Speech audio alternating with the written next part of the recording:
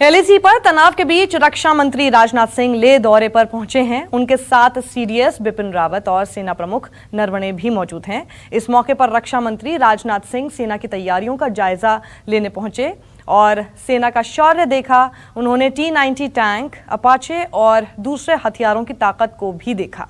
Rajnath Singh forward post पर भी जाएंगे। राजनाथ सिंह के लेह दौरे से चीन में हड़कंप है। और इस वक्त हमारे साथ कर्नल दानवीर सिंह चौहान जुड़ चुके हैं। कर्नल दानवीर, रक्षा मंत्री जब एलओसी और एलएसी के फॉरवर्ड लोकेशंस पर ये आज जा रहे हैं और जिस तरह की जो है तस्वीरें आज आई हैं, इसके क्या मायने आप देखते हैं? चीन में इसको लेकर कितनी खलबली मचेगी? देखिए, सबसे इम्पोर्टेंट चीज इसके अंदर ये है कि रक्षा मंत्री वहां पर पैरा ड्रॉप एक्सरसाइज देख रहे हैं, जिसके अंदर आर्मर्ड और मैकेनाइज्ड एलिमेंट्स का भी शो है। अब आपको ये समझना चाहिए कि पैरा जो ड्रॉपिंग है, जो पैराशूट ब्रिगेड की तरफ से होती है, वो एक स्ट्रेटेजिक एसेट है और उसका इस्तेमाल दुश्मन के डेप्थ एरियाज के अंदर ही इस्तेमाल होता है। अपने इलाके में तो पैराशूट जंपिंग की जरूरत नहीं पड़ती। तो अगर दुश्मन के डेप्थ इलाके के लिए पैराशूटिंग होती है तो जाहिर सी बात है कि उसी के तर्ज पर अभ्यास होता होगा, उसी के हिसाब से पूरा युद्धाभ्यास जो है वो रचा गया होगा। तो ये एक बहुत इंपॉर्टेंट संकेत जाता है चाइना को कि देखिए, हम उस लेवल की सोच विचार रखते हैं, उस लेवल की तैयारी कर रहे हैं और ये एक संकेत है कि हम बहुत ही सीरियस है जहां तक लाइन ऑफ एक्चुअल कंट्रोल का सवाल है। और जैसा कि कल विदेश मंत्रालय की तरफ से ये भी क्लैरिटी आ गई कि हम किसी भी हालत में जो एलएसी एक तरफा एक्शन की वजह से जो बदलाव लाने की कोशिश की जा रही है उसको हम कभी कबूलेंगे नहीं। तो इस सबको देखें तो एक बहुत इंपॉर्टेंट मैसेज जाता है line of actual control. Important message जाता है जी। एलएसी पर तनाव के बीच रक्षा मंत्री राजनाथ सिंह लेह दौरे पर पहुंचे हैं। उनके साथ सीडीएस बिपिन रावत और सेना प्रमुख नरवणे भी मौजूद हैं। इस मौके पर रक्षा मंत्री राजनाथ सिंह सेना की तैयारियों का जायजा लेने पहुंचे और सेना का शौर्य भी उन्होंने देखा। उन्होंने T-90 टैंक, अपाचे और दूसरे हथियारों की ताकत को भी देखा। राजनाथ सिंह सेना, वायुसेना और आईटीबीपी के जवानों से भी मिलेंगे। राजनाथ सिंह फॉरवर्ड पोस्ट पर भी जाएंगे। वो लेह दौरे से चीन में उनके लेह दौरे से चीन में हड़कंप मचा हुआ है, ये भी आप कह सकते हैं। तस्वीरें आपके सामने और इन तस्वीरों से अंदाजा इस बात का लगाया जा सकता है ऐसी जगह पर वो पहुंच गए हैं जहां पर सबसे ज्यादा नाजुक नब्ज इस वक्त चीन की है। और कर्नल दानवीर सिंह चौहान हमारे साथ हैं। कर्नल दानवीर, ये पैंगोंग झील की ही फिंगर 8 है जिसको लेकर चीन सबसे ज्यादा अभी तक विवाद खड़ा किया हुआ है। वहीं पर उसी पैंगोंग झील में रक्षा मंत्री का चले जाना और वहां पर इस तरह के करतब जो है पैरा कमांडोज के होना, ये क्या दिखाता है? क्या ये स्ट्रैटेजिकली किया गया पैंगोंग झील पर ही? जी हाँ, ये स्टकना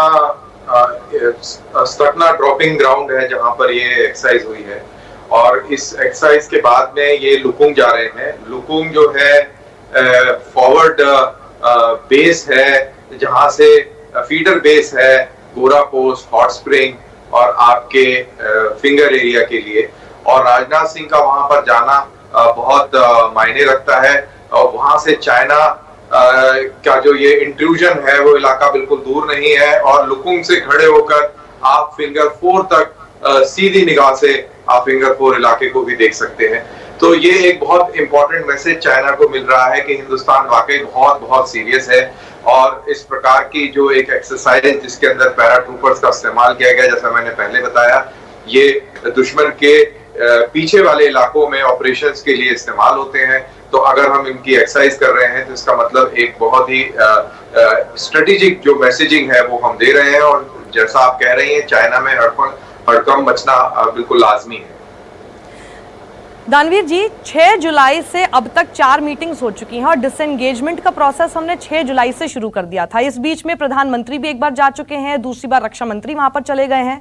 तब से लेकर अब तक आप क्या देखते हैं कि इन दोनों के वहां पर जाने से और साथ ही डिसएंगेजमेंट प्रोसेस के लिए बातचीत होने से कितनी बेहतरी की तरफ हम आए हैं? देखिए, नरेंद्र मोदी जब वहां पे गए थे और उन्होंने मैसेज दिया था तो वो मैसेज चाइना के लिए तो था ही था, लेकिन जब वो संवाद सैनिकों से कर रहे थे तो बेसिकली वो पूरी दुनिया को एक मैसेज दे रहे थे और दुनिया को लामबंद कर रहे थे। दुनिया एक साथ एकजुट हुई भी, खासतौर से अमेरिका। जब अभी हम राजनाथ सिंह की बात कर रहे हैं तो राजनाथ सिंह का दौरा तब आ रहा है जब गोंगसो के फिंगर 4 का जो पेच है अभी भी लड़ा हुआ है, और प्रधानमंत्री की विजिट से लेके और रक्षा मंत्री की विजिट के दौरान गलवान इलाके में डिसएंगेजमेंट जरूर हुआ है, गोरा और हॉट स्प्रिंग के इलाके में डिसएंगेजमेंट हुआ है, लेकिन फिंगर 4 का इलाका अभी भी पेचीदा बना हुआ है। वहां पर कोई बहुत सकारात्मक कोई नतीजा निकल के आया हो, वो ऐसा नहीं है। हिंदुस्तान ने भी अपना स्ट्रेंथ जो है, अपना जो स्टैंड है उसको और क्लैरिफाई किया है और हार्डन किया है। साथ ही अमेरिका की तरफ से भी, आज ट्रंप की तरफ से भी संकेत आया है कि वो किस तरीके से हिंदुस्तान के साथ खड़ा है।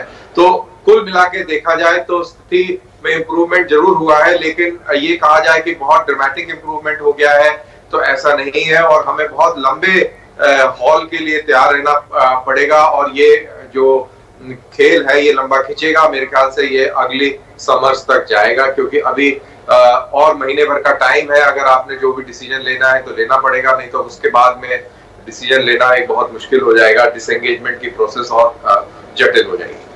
बिल्कुल दानवीर जी, क्योंकि कल ही सेना का भी जो आधिकारिक बयान आया उससे भी ये चीज तो स्पष्ट हो गई, जब उन्होंने कहा कि दोनों ही सेनाएं प्रतिबद्ध हैं डिसएंगेजमेंट की बातचीत करने के लिए, लेकिन ये पूरी प्रक्रिया मुश्किल है। इसी से अपने आप समझ में आ जाता है कि अभी ये और भी दौर की बातचीत है जो कि होती रहेगी। हाँ बिल्कुल, ये दौर की बातचीत होती रहेगी। सेना के लेवल पर आपने अपनी टैक्टिकल पोजीशंस जो है क्लैरिफाई कर दी हैं। सेना ने सरकार को भी क्लैरिफाई कर दिया है कि ये हमारी टैक्टिकल ग्राउंड पोजीशंस रहेंगी और इस पे कॉम्प्रोमाइज नहीं होगा, और वही सब मद्देनजर रखते हुए सारी बातचीत हो रही है, चाहे वो सेना करे, चाहे वो डिप्लोमेटिक चैनल्स पे हो, चाहे वो अजीत डोभाल करे। तो ये सारी चीजें हैं, लेकिन चाइना भी इतनी आसानी से नहीं वापस जाएगा, वो भी कुछ बार्गेन करना चाहेगा, और क्या बार्गेन होता है आगे चल के, किस चीज का बार्गेन होता है, ये देखना बड़ा दिलचस्प रहेगा।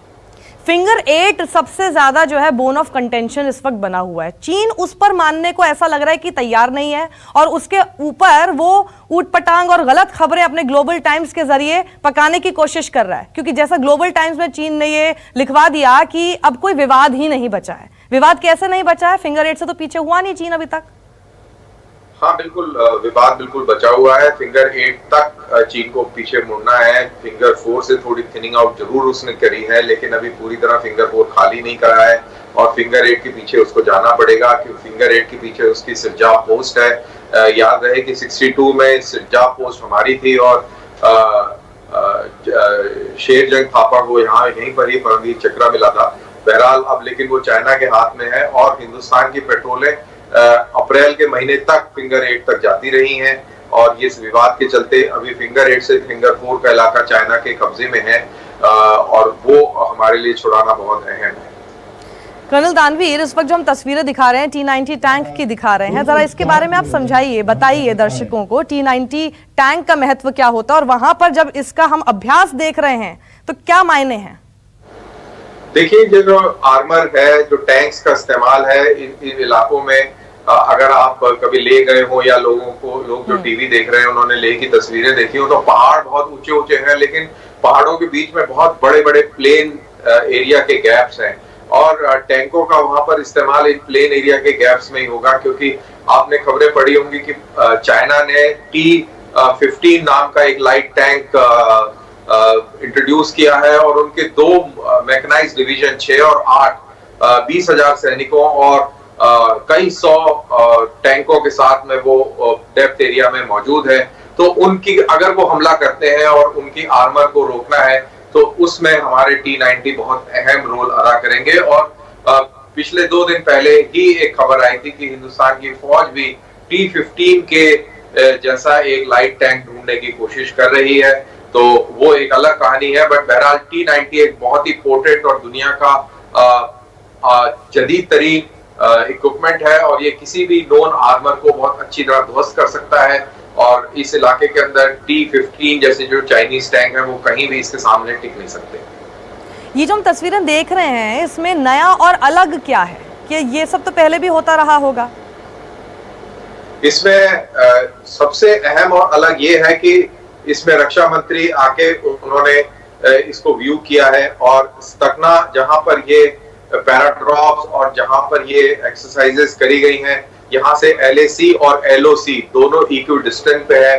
तो ये मैसेजिंग ना ही सिर्फ चाइना को जाती है, ये मैसेजिंग पाकिस्तान की तरफ भी जाती है और हिंदुस्तान का मोराल, रिजॉल्व और जो ग्रिड्स है वो आप डिस्प्ले कर रहे हैं। तो इसका महत्व स्ट्रेटेजिक मैसेजिंग में बहुत अहम है।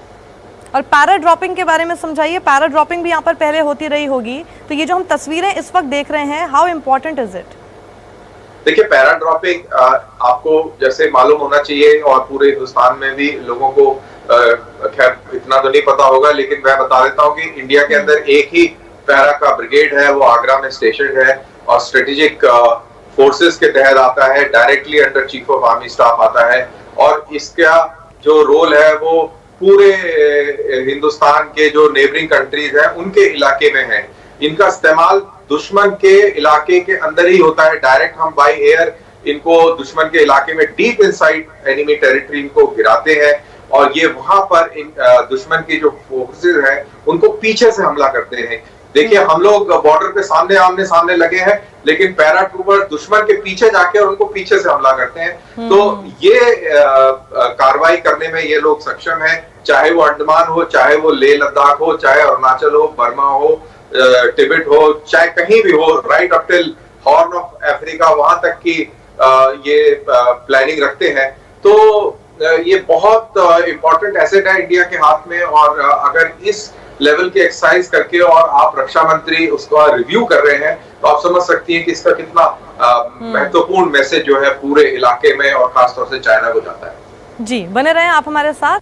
तो आज लेह में पहुंचे हुए हैं देश के रक्षा मंत्री राजनाथ सिंह और वहां से वो जाने वाले हैं LOC और LAC की फॉरवर्ड लोकेशंस पर भी। लेकिन थोड़ी देर पहले की हम आपको तस्वीरें दिखा रहे हैं, कमांडर्स के साथ भी उनकी एक बैठक भी होने वाली है। उससे पहले एक युद्धाभ्यास हुआ पैंगोंग झील के पास, जहां पर पैरा कमांडोज ने अपने करतब दिखाए। T-90 टैंक का उन्होंने जायजा लिया और साथ ही अपाचे ने अपना दम भी दिखाया। हमारे साथ इस वक्त रिटायर्ड कर्नल तेज टिक्कू साहब भी जुड़ गए हैं। टिक्कू साहब, ये जिस तरह की हम तस्वीरें दिखा रहे हैं, इसके क्या मायने हैं, इससे कितना असर पड़ेगा? ये जिस तरह का विवाद अभी है जो अभी तक सुलझा नहीं है और भी समय तक ये चलता रहेगा, चीन पर क्या प्रभाव होगा? देखिए, आप ये कह रहे हैं कि ये काफी देर तक और चलता रहेगा, मुझे नहीं पता कितनी देर तक चलता रहेगा, लेकिन जो स्थिति बन रही है पेंगोंग सोंग, खासकर पेंगोंग सोंग के इलाके में और डिप्सांग के इलाके में, मुझे लगता है कि मामला कहीं बिगड़ ना जाए, क्योंकि चाइना ने जो रुख अपनाया है वहां पर वो मेरे ख्याल से पीस और एमिटी के लिए ठीक नहीं है। हम इंडिया के लिए क्या विकल्प है कि किसी न किसी तरीके से वो उन जगह से चाइना को निकाल दे जो उनके क्षेत्र में, जो उनका क्षेत्र नहीं है और जहां उन्होंने फोर्टिफिकेशन बना रखी है। तो ऐसा नहीं है कि ये बातचीत से ही सुलझ सकता है। हो सकता है बातचीत से, ये तो एंड तक जारी करनी पड़ेगी, लेकिन इसमें एक कन्फ्लिक्ट होने की भी बहुत बड़ी संभावना है, क्योंकि चाइना ने जो अपना बेलिजरेंट रुख अपनाया है वो शांति के लिए मुझे लगता है अच्छा संकेत नहीं है। दूसरी बात है, जहां तक डिफेंस मिनिस्टर ने वहां पर युद्धाभ्यास देखा, ये मैसेजिंग है एक्चुअली। दो मैसेज है। एक तो हम अपनी ही जो एक्सरसाइजेज हैं, जो हमारे प्रोसीजर्स हैं, उनको सेट करने की कोशिश कर रहे हैं, उनको थोड़ा ठीक करने की कोशिश कर रहे हैं। और दूसरा एक मैसेज भी है चाइना को कि भाई आप जंग की तैयारी कर रहे हैं और आपने जो कन्फ्लिक्ट सिचुएशन पैदा करी है, अगर आप इसको आगे बढ़ाएंगे तो हम आपके लिए यहाँ पर तैयार हैं। तीसरी बात है, जब भी कोई डिफेंस मिनिस्टर ऐसी जगहों में जाता है तो इसमें ये अलग बाकी जगहों से बहुत भिन्न है, क्योंकि दिल्ली में बैठकर आपको कभी तजुर्बा नहीं होगा कि लद्दाख क्या क्षेत्र है। जब आप 8,000 फीट से ऊपर चले जाते हो, लद्दाख का तो एयरफील्ड ही 11,300 फीट में, और फिर उसके बाद जब आगे चलते हैं तो फिर आपको ऊंचाई के इलाके में जाना पड़ेगा। तो ऑक्सीजन का लेवल कम होता है, ट्री लाइन खत्म हो जाती है, बहुत रेगिस्तानी कोल्ड डेजर्ट बोलते हैं वो इलाका बन जाता है, और फिर फॉर्मिडेबल हाइट्स है, बहुत ऊंची 17, 18, 19,000 फीट की बुलंदी है। और फिर वहां पर डेजर्ट का इलाका भी है, कोल्ड इलाका भी है, बहुत बड़े बड़े पहाड़ भी है। तो ये दिल्ली में बैठकर इसका आपको कभी भी अंदाजा नहीं लगेगा। और इसलिए जब हैं तो उनको कम से कम ये तो पता चलेगा कि इस इलाके में जवानों की रिक्वायरमेंट क्या है, युद्ध लड़ने की रिक्वायरमेंट क्या है। और खासकर तब अगर नवंबर के बाद ये मामला अटक जाता है तो फिर सर्दी का इलाका पड़ेगा, बर्फ से हमारी पैसेजेस जो हमारी हाईवेज है वो बंद हो जाएंगी, तो आपको इतने सारे को मेंटेन करना पड़ेगा। इसका जो है वो फील जो है डिफेंस साहब वहां से वापस लेकर आएंगे और जो प्लानिंग में काफी जरूरत पड़ेगी। जहां तक लाइन ऑफ कंट्रोल में जाने का सवाल है, मैं इस बात से बिल्कुल मतलब मेरी ये असेसमेंट है कि किसी भी टाइम जब लाइन ऑफ कंट्रोल चाइना के साथ कंफ्लिक्ट सिचुएशन में आ जाएगी, हॉट बनेगी, कंफ्लिक्ट हो जाएगा, युद्ध की स्थिति पैदा होगी, तो लाइन ऑफ कंट्रोल जो है पाकिस्तान के साथ JNK में वो शांत नहीं रहेगी। ये दोनों फ्रंट्स एक साथ डील करने पड़ेंगे और ये वजह है कि और अब क्योंकि आपको एक साथ डील करने पड़ेंगे तो स्विचिंग ऑफ ट्रूप्स आपका काफी सारा चीज जो फिर इंटीग्रेटेड हो जाता है। तो वहां पर जाने का भी राजनाथ सिंह जी का यही एक मैसेजिंग है कि हम दोनों बिल्कुल टिक्कू साहब, आपने बिल्कुल सही कहा कि वो एक ऐसी जगह है कि दिल्ली में बैठकर लोग उस बात को नहीं समझ सकते। एज अ सिविलियन मैं आपको ये बता सकती हूँ कि हम तो क्योंकि टूरिस्ट पर्पस के लिए ही लेह और मतलब लद्दाख में और लेह में जाते हैं, लेकिन इतना जरूर है कि वहां हल्का सा आपसे बाय रोड से ही ट्रैवल कर रहे हैं तो हो सकता है कि आपको सिर दर्द की दवाई खानी पड़ जाए। उतना ज्यादा ऑक्सीजन लेवल की प्रॉब्लम हो जाती है क्योंकि आप सारे अलग अलग जगह को क्रॉस करते। तो as a civilian I can tell you, तो जिस बात को आप कह रहे हैं बिल्कुल बिल्कुल इसमें कोई शक ही नहीं है कि दिल्ली में बैठकर कोई अगर ये बात को समझ रहा है कि वहां पर किस तरह की स्थिति होगी, वो बहुत मुश्किल होने वाला है क्योंकि हमारे जवानों को वहां पर रहना है और वहां पर रहकर लड़ना है अगर जरूरत पड़ती है तो ये जिस तरह की तस्वीरें अभी सामने है टिक्कू साहब, अगर एक दर्शक इस वक्त देख रहा है वो इससे क्या समझे, इससे एक क्रिस्टल क्लियर मैसेज क्या देने की कोशिश, आज अगर हम एक वाक्य में समझाना चाहें, चाइना को देने की कोशिश हो रही है? देखिए वो बिल्कुल मैसेज एक ही मैसेज इससे जा रहा है कि हम बातचीत के लिए तैयार है, लेकिन अगर आप हमारे ऊपर युद्ध सोचना चाहते हैं तो हम उसके लिए भी तैयार हैं। ठीक है टिक्कू साहब, बहुत बहुत शुक्रिया आपका हमारे साथ जुड़ने के लिए और साथ ही रिटायर्ड कर्नल दानवीर सिंह चौहान आपका भी। नमस्कार, मैं हूं मानक गुप्ता। अगर आपको हमारा ये वीडियो पसंद आया हो तो इसे लाइक और शेयर जरूर करें और हाँ, हमें सब्सक्राइब और फॉलो करना ना भूलें ताकि आप देश और दुनिया की कोई खबर मिस ना करें। तो जुड़े रहिए हमारे साथ और देखते रहिए News 24।